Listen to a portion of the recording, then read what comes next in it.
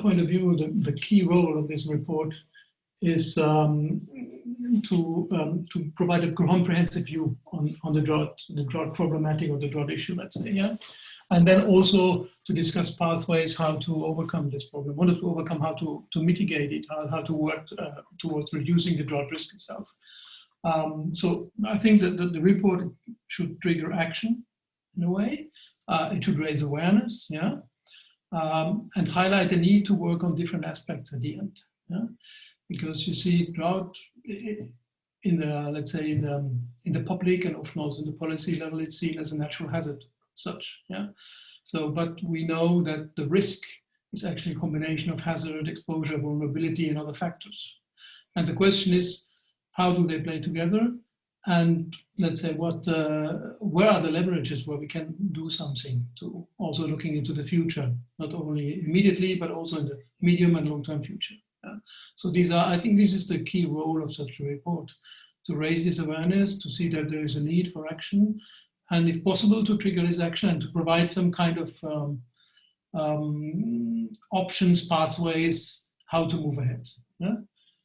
Because we do not only want, that was also very important to, let's say, to talk about the hazard, the problem, but also to see, well, but what are the drivers of the risk and where are the handles where we can do something. Yeah? So maybe to some extent, there are a number of aspects in this. One is to provide a framework for understanding the drought risk. Yeah? So to see this interplay between hazard, exposure, vulnerability, societal aspects, etc., etc. To provide a comprehensive discussion of that thing. And to, at the same time, I think that's very important for this report, it's not only a theoretical or academical discussion, but we have all these case studies which show the manifestations of the drought in different climatological regions, socio-ecological situations, so around the globe. Yeah? So this, what we call the lived experience. Yeah? This will help us to see where are the key problems, where are the bottlenecks to work against drought. And based on these case studies or lived experience and the analytical analysis, let's say, of the problem, we then come up with some kind of post-conclusions or recommendations, let's say, how to move ahead. I think that's a key issue. Huh? Now, another point is the complex nature of droughts. Yeah? So we really try to explain here the wide range of impacts, the issue of cascading impacts, that this can lead to systemic risks at the end through feedback loops, teleconnections, global trade, etc., etc. That there is an issue of compound risks, like we highlight, for example, heat waves and drought, but droughts and forest fires, etc., etc. Yeah, which then can reinforce one or the other in a vicious loop at the end. Huh? Then that the economic costs of these impacts are much higher than they are normally reported. I think that's also a key issue, that normally what we see, or let's say in databases of impacts, is only the direct impacts, or only part of the direct impacts, because many of them are not even recorded. And all the indirect impacts and what we call the intangible impacts, like ecological problems in wetlands, for example, on biodiversity, land degradation, desertification, they are not quantified, and they are very difficult to quantify. So you don't get any numbers on that.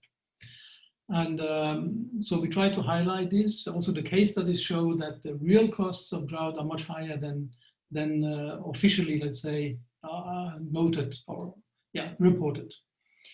We look, of course, into the likely evolution in the future onto climate change. That's something, the hazard, how will it evolve until the end of the century, in the middle of the century.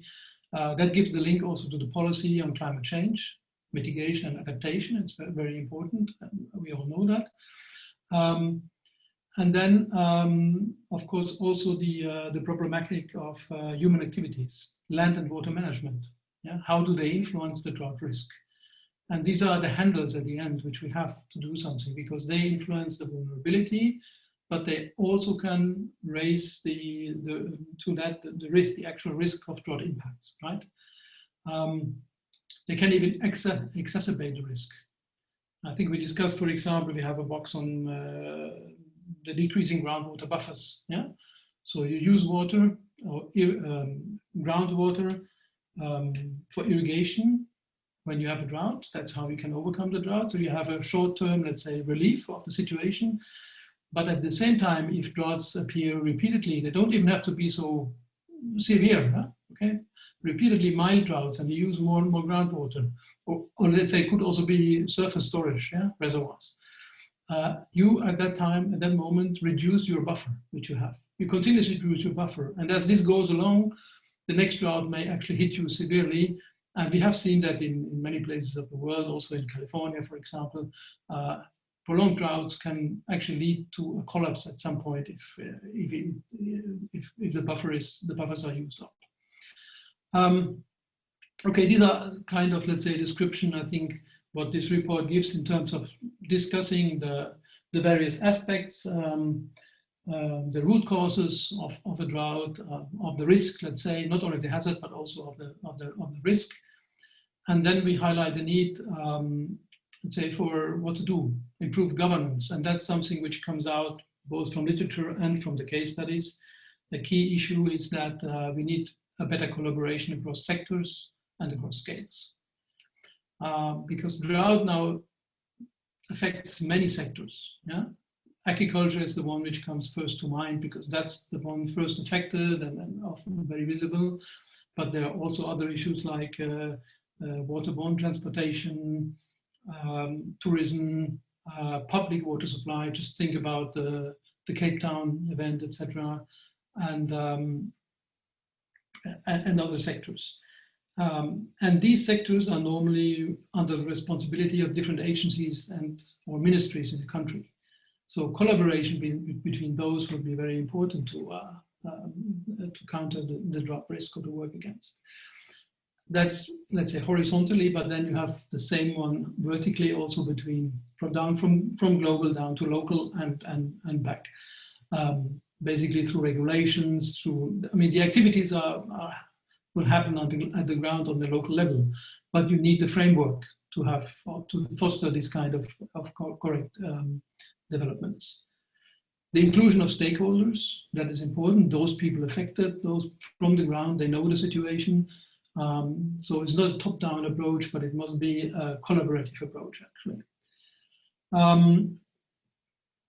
Then what is called proactive and prospective drought risk management, which is highlighted. Basically thinking about the drought before it happens, not when it happens. Until now, we still have, let's say, strong prevalence of reactive drought management. It means a drought happens, and then you have certain mechanisms which get into place. But this is reactive, and often it has to be done very quickly. If it's proactive, these are planned. That's already one step ahead. And prospective would be to think about immediately, how could I avoid the risk actually to happen? Yeah? What do I need to do long-term in terms of changing land management, land cover, land use, whatever, for example? How do I reduce the water demand in general to avoid the risk coming up in the future, especially if we look at the change with rising global temperatures. The lack, what is always mentioned again, the lack of quantitative information on the impacts and the monitoring and assessment of the impacts. This exchanging then mechanisms, of course, as we say, we need mechanisms to exchange knowledge, to provide knowledge transfer, to discuss the whole thing with all stakeholders. And then there's discussion about innovative solutions like insurance mechanisms, better coordination mechanisms, etc. Finally, maybe under that, in that aspect, there is clearly mentioned that there is no unique solution, because there is not one drought which is similar or let's say same than another one. Depends on the characteristics, depends on the area where it happens. So we need a continuous learning and adaptation to the situation. I think that's also something which is highlighted in the report. Now, I think these are key aspects of what this report should do. I mean, it should inform policymakers, decision makers, let's say at various levels, and the public about the problematic and what would be the need, let's say, to do. That's what I would put as key points, let's say, to this question, kind of question. What is the role of the report?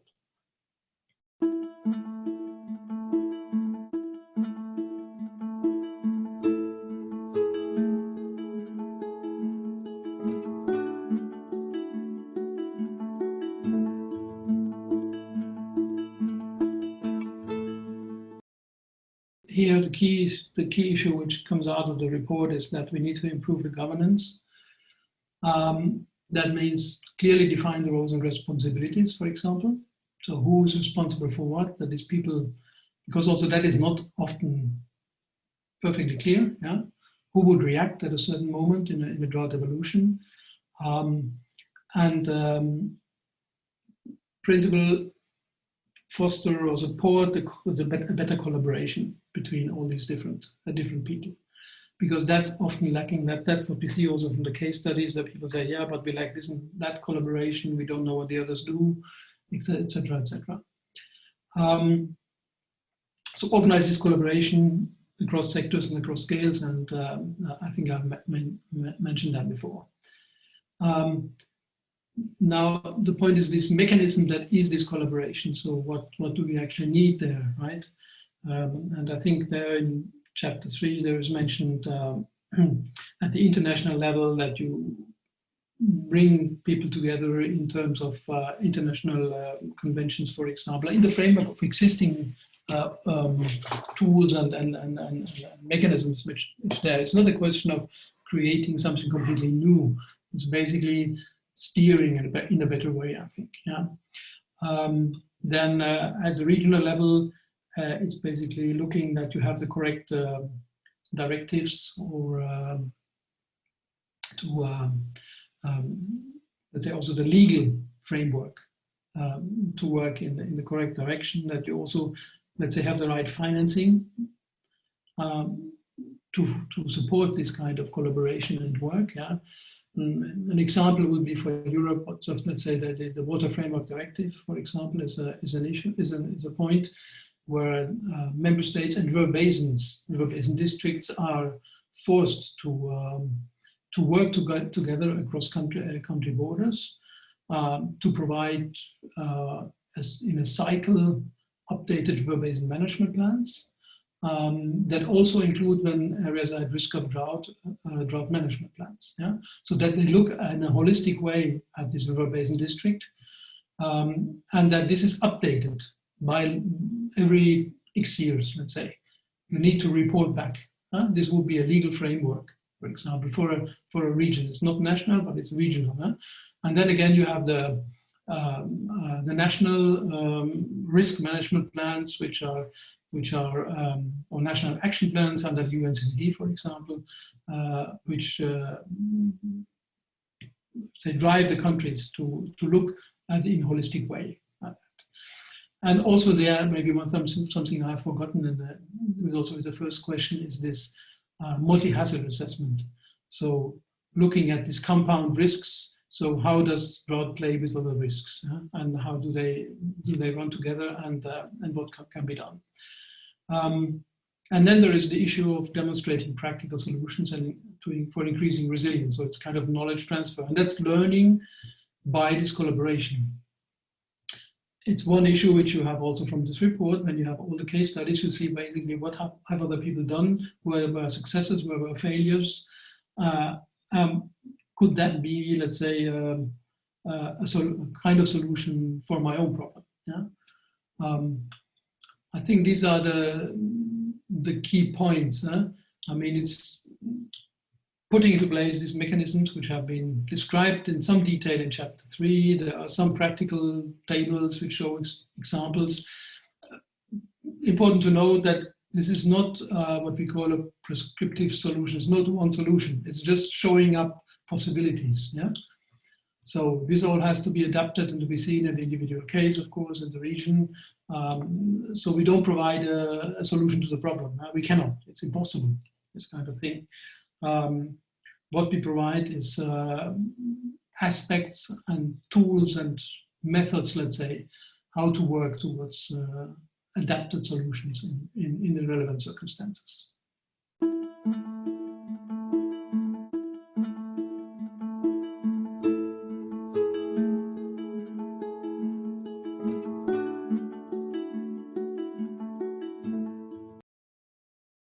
2 or 3 aspects maybe, which are important. I've mentioned some of them before. One is the comprehensive view of the risk, okay? So what all plays on the risk? Its systemic nature, yeah, across society or even ecosystems in general. The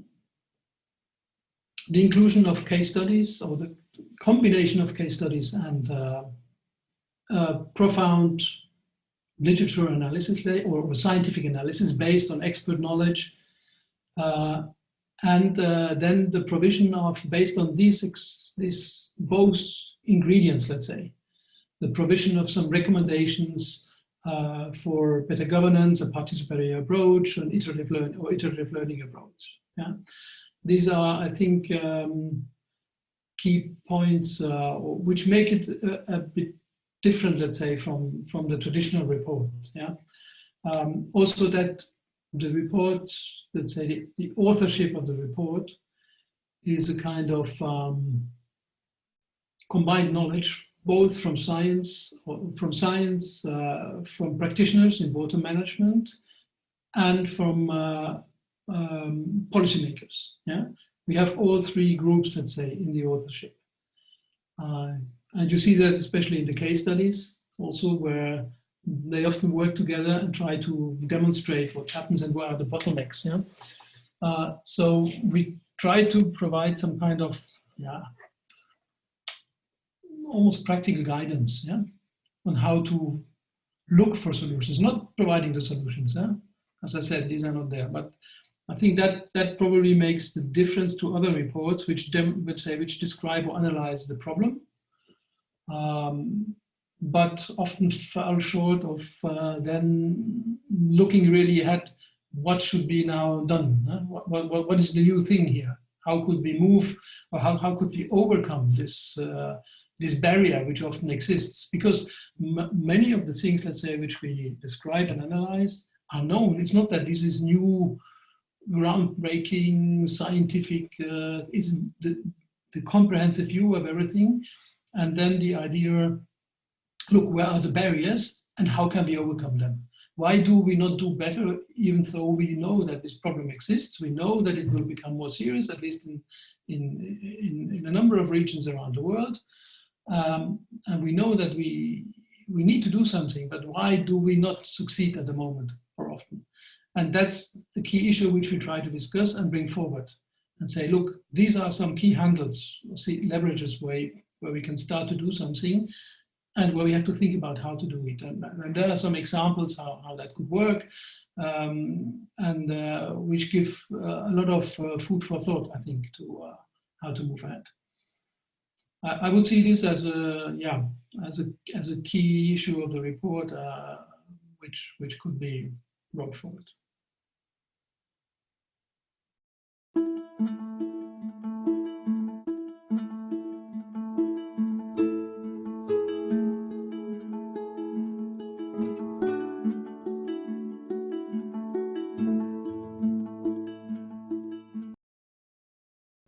I think the problem is persisting. It's not that it's quickly over.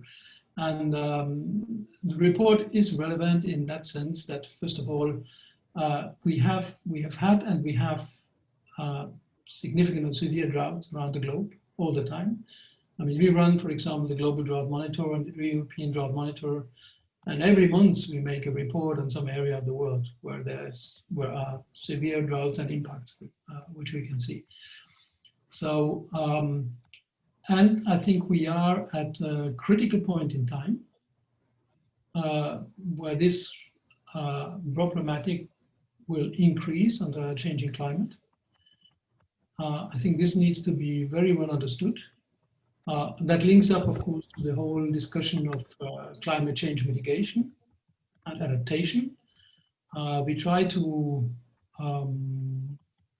discuss in detail what would be the likely impacts, or what are and would be the likely impacts if we do not do anything, or not enough, let's say. We try to describe the costs of inaction against the much smaller costs of action, let's say. So cost of inaction against benefits of action. That's the better expression, I think.